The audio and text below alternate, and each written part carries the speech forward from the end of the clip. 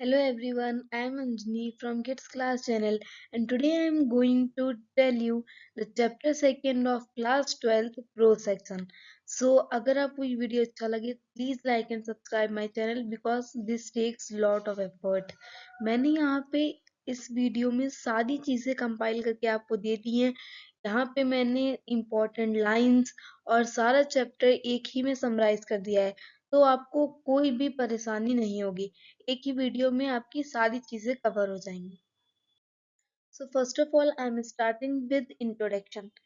आपको सबसे पहले तो ये पता होना चाहिए कि कौन ऑथर है, ठीक है। मैंने पहले एक वीडियो बनाई हुई है जिसमें मैंने सारे ऑथर्स पोएट्स एक में कवर कर दिए हैं, बट फिर भी सारे चैप्टर्स के ऑथर और सारी चीजें कवर करना मेरी रिस्पॉन्सिबिलिटी है, तो मैं आपको बताती हूँ।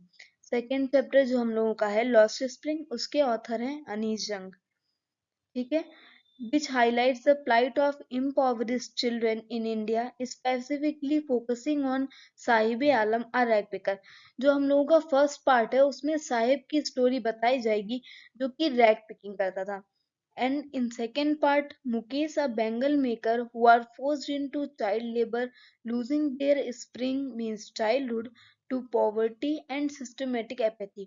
मीन्स सेकेंड चैप्टर में एक बेंगल मेकिंग इंडस्ट्री है, वहां पे मुकेश को भी फोर्स किया जाएगा वर्क करने के लिए, बट वो एक कार मैकेनिक बनना चाहता है। So that's why in this chapter आप लोगों को पता चलेगा कि कुछ लोगों के लिए एजुकेशन पाना और अपनी जो मनचाहा वर्क है उसे करना भी एक बहुत बड़ी चीज हो जाती है। ठीक है, तो अब हम लोग आगे बढ़ते हैं। So now I am going to start up with our main part. Part first में पहली लाइन आपको दी जाती है, sometimes I find the rupee in the garbage said bye Sahib Alam. Means Sahib एक बॉय है जो कि कहता है कि समटाइम्स उसको एक रूपी मिलता है गार्बेज में, ठीक है। The story revolves around a Sahib Alam, a young boy rag picker from Simapuri, which is on the periphery of Delhi। Means यहाँ पे आपको साहिब आलम के बारे में पढ़ना है जो कि एक सीमापुरी नाम के प्लेस पे रहता है। और सीमापुरी कहाँ पे है? Periphery of the Delhi, means Delhi के लगे में ही सीमापुरी है। The author meets Sahib, a rag picker who scrounges garbage dumps in Seemapuri for gold।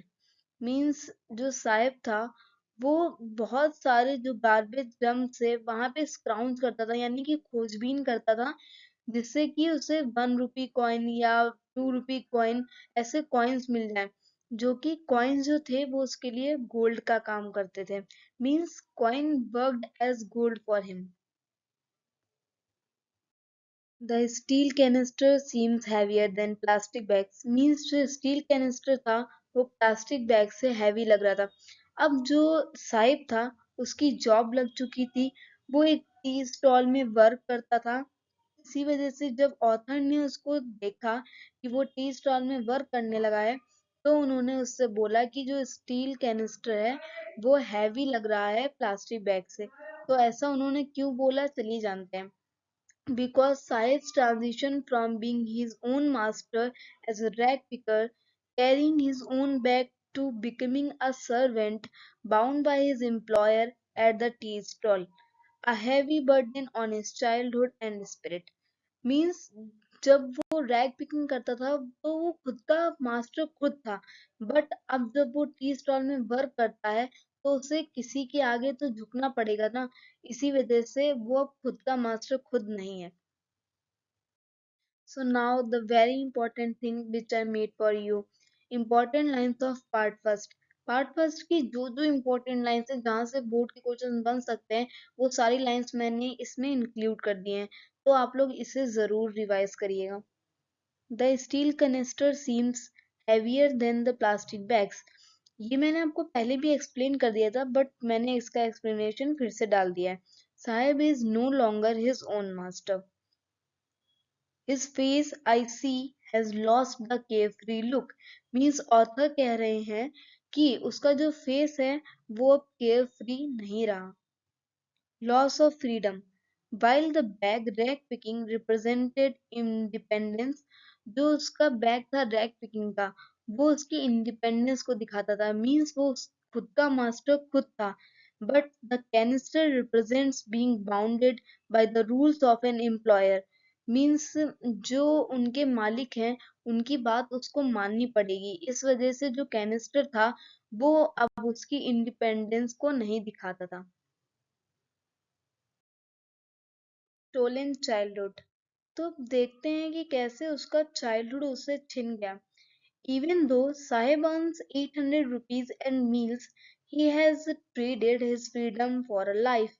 Means जब वो टी स्टॉल में वर्क करता था तो माना कि उसे 800 रुपीज मिलते थे एंड उसे 2 वक्त का खाना भी मिलता था, बट उसकी फ्रीडम तो उससे छिन गई थी ना। Survival over identity. Means identity के ऊपर उन लोगों के लिए सर्वाइवल था। The 10,000 rag pickers in Simapuri have lived for over 30 years without official permits, having migrated from Bangladesh, but they have secured ration card which enable them to buy grains. Means जैसे कि ration वगैरह मिलता है ना, तो इसी वजह से उन्होंने राशन कार्ड अपना बनवा के रखा था। बट उनकी खुद की कोई आइडेंटिटी नहीं थी। वो लोग बांग्लादेश से माइग्रेट करके वहां पे सीमापुरी में रहने लगे थे। पूरे 10,000 रैग पिकर्स थे, उसमें से ही एक साहेब भी था। So now I'm going to start part second, which is all around of Mukesh, Bengal maker of Firozabad. Mukesh lives in Firozabad, the center of India's glass blowing industry, where families work in hazardous, hot and dark furnaces. Means Mukesh Firozabad में रहता था, जो कि एक glass blowing industry थी। Means जहाँ पे bangles बनाए जाते थे। और उनकी जो फैमिलीज थी वो बहुत ज्यादा परेशान थी, बिकॉज बहुत सारी जो प्रॉब्लम्स थी वो उनको आती थी बैंगल बनाने की वजह से ही। उनके आई में डिफेक्ट हो जाता था, या फिर उन्हें हॉट में रहने की वजह से बहुत ज्यादा स्किन प्रॉब्लम हो जाती थी। ये सारी प्रॉब्लम्स उनके साथ होती थी।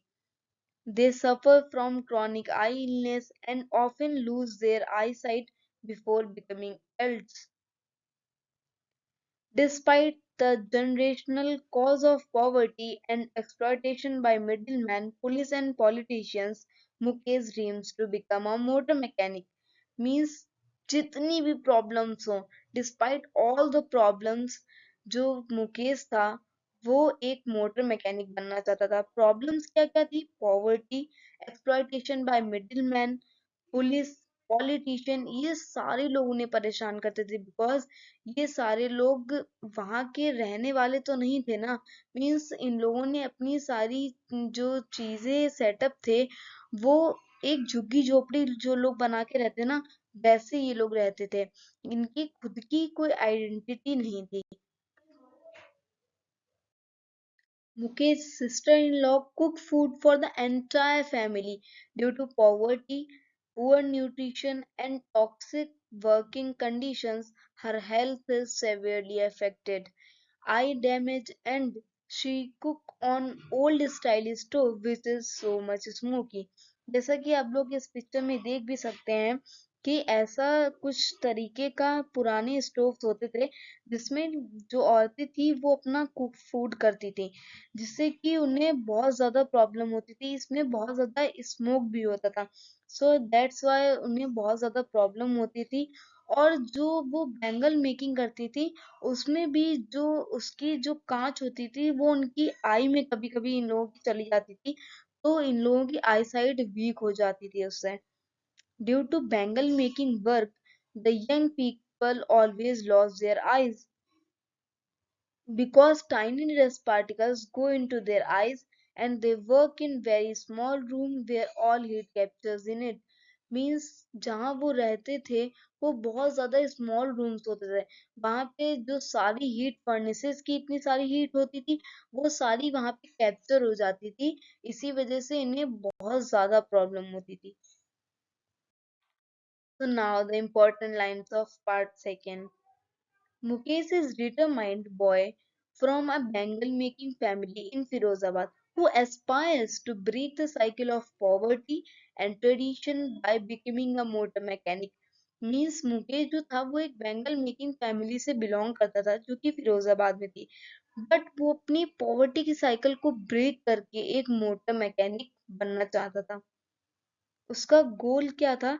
He insists on becoming a motor mechanic, looking directly at the narrator, indicating his sincerity and willpower. Means जब ऑथर ने उनसे पूछा कि आपका क्या गोल है, तो उसने उनकी आंखों में देख के बोला कि मैं एक मोटर मैकेनिक बनना चाहता हूँ, जिससे उन्हें ये भरोसा हो गया कि उसकी विल पावर बहुत ज्यादा है। Hazardous working condition. Mukesh and his family work in glass furnaces with high temperature in dingy dark and unventilated cells. Means Mukesh और उसकी फैमिली एक ऐसी जगह पे वर्क करते थे जहाँ पे टेम्परेचर बहुत ज्यादा था और वहाँ पे डार्क था, बिकॉज वहाँ पे लाइट तो थी नहीं, सो इस वजह से उन्हें बहुत ज्यादा प्रॉब्लम होती थी। What are the plights of Mukesh and everyone present there? Means क्या क्या उन लोगों की परेशानियां थी, उन लोगों को क्या क्या प्रॉब्लम्स होती थी, वो सारी हम लोग डिस्कस करते हैं। The plight of Mukesh and his family in Firozabad is a result of vicious cycle of poverty, social stigma, and exploitation by middlemen, policemen, money lenders, bureaucrats, and politicians. जैसा कि मैंने आपको पहले ही बताया था कि ये लोग बहुत ज्यादा पॉवर्टी में थे, दैट्स वाई उन्हें ये सारी प्रॉब्लम्स फेस करनी पड़ती थी। तो अब एंड करते हैं ये चैप्टर। अगर आपको ये चैप्टर अच्छा लगा हो तो please like and subscribe my video and please share it, क्योंकि इस सब चीजों में बहुत ज्यादा टाइम जाता है एंड हमारे एफर्ट्स बहुत ज्यादा लगते हैं।